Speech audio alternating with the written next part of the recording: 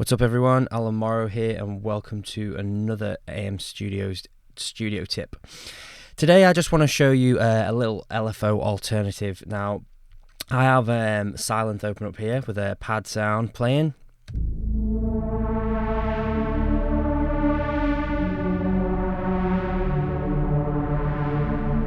Very basic sort of sounding pad. But what I want to show you is obviously Silent has its own LFOs here. But what I just want to show you is there's a bit of a limited amount of parameters you've got here. So in Logic, as an alternative, what they have over here is what's called a MIDI effect. And you can go to a modulator here. Now, if you just open this up, what you'll see here is this moving around. Now, this is the LFO for Logic. Now, this is like triggered by the MIDI. So what you can do with this is you can go in and go to this section here. It says mod wheel. Now what you do is you click on here and you go learn plugin parameter. Now the next thing that you want to click is the parameter that you want for it to change.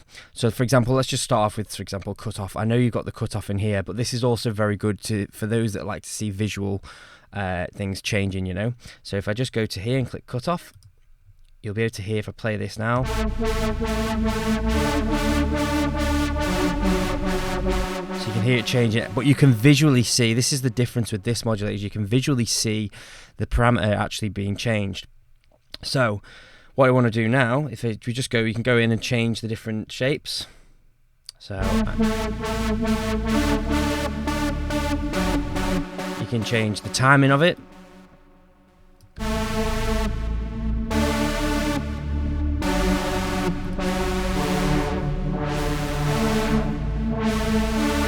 And you can then see this parameter change in here. Now, your output level is just the same as these. So you've got your output level is how much you want it to change by. So just a tiny little amount. And then you've got your offset as to where it sits along that dial. So you can then change this as well from, like, you know, 1 bar, 2 bars, whatever you want.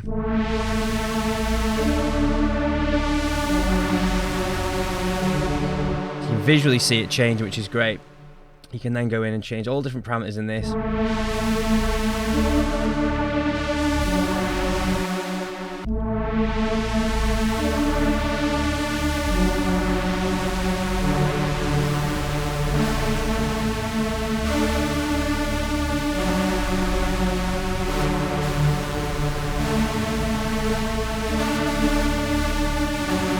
What I love about this is the way you can visually see it happening. So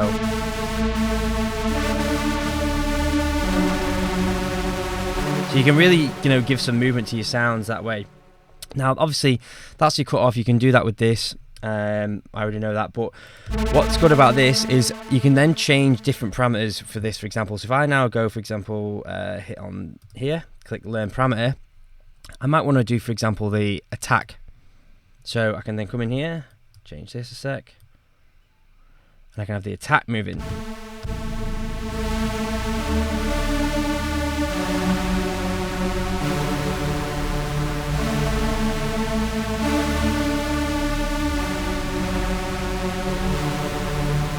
So obviously that is changing that there. Now, obviously different parameters are going to have different effects and stuff, and more obvious than others, but you could also go in, for example, and change phaser.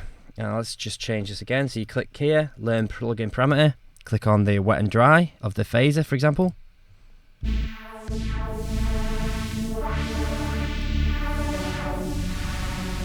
Let's change the speed.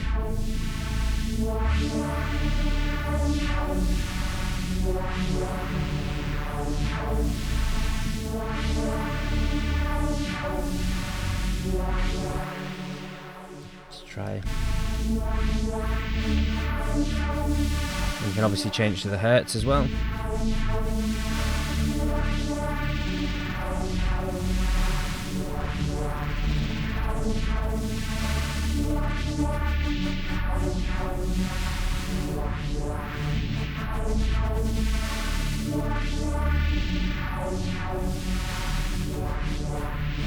So you can get some real cool, nice movement sounds out of pads, plucks, whatever sound you want to use.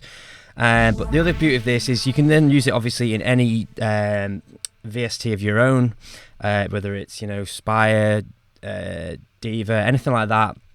But the other good thing about this is you can then as well do it on other, it doesn't just have to be a synth, it can be anything. So for example, let's go to distortion, let's click phase distortion. I'm just going to click any parameter basically, and let's change this to mix for this one. Click the mix on here.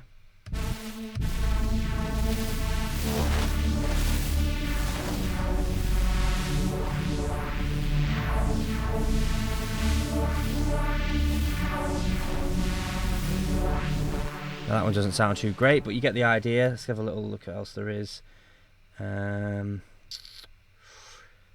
have a little look. Let's just try something totally different, like amps and pedals. Let's click on, I don't know, where are we? Is there a reverb in here? Let's put a reverb in actually instead.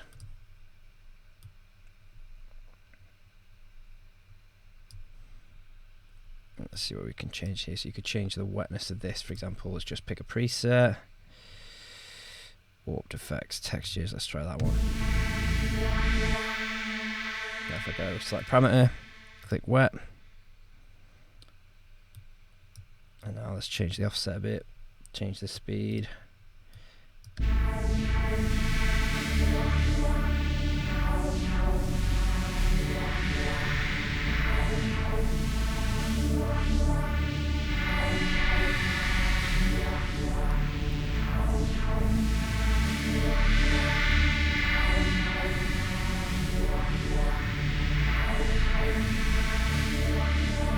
So you get the idea. You can get some real movement and get really creative with this, and you can visually see it.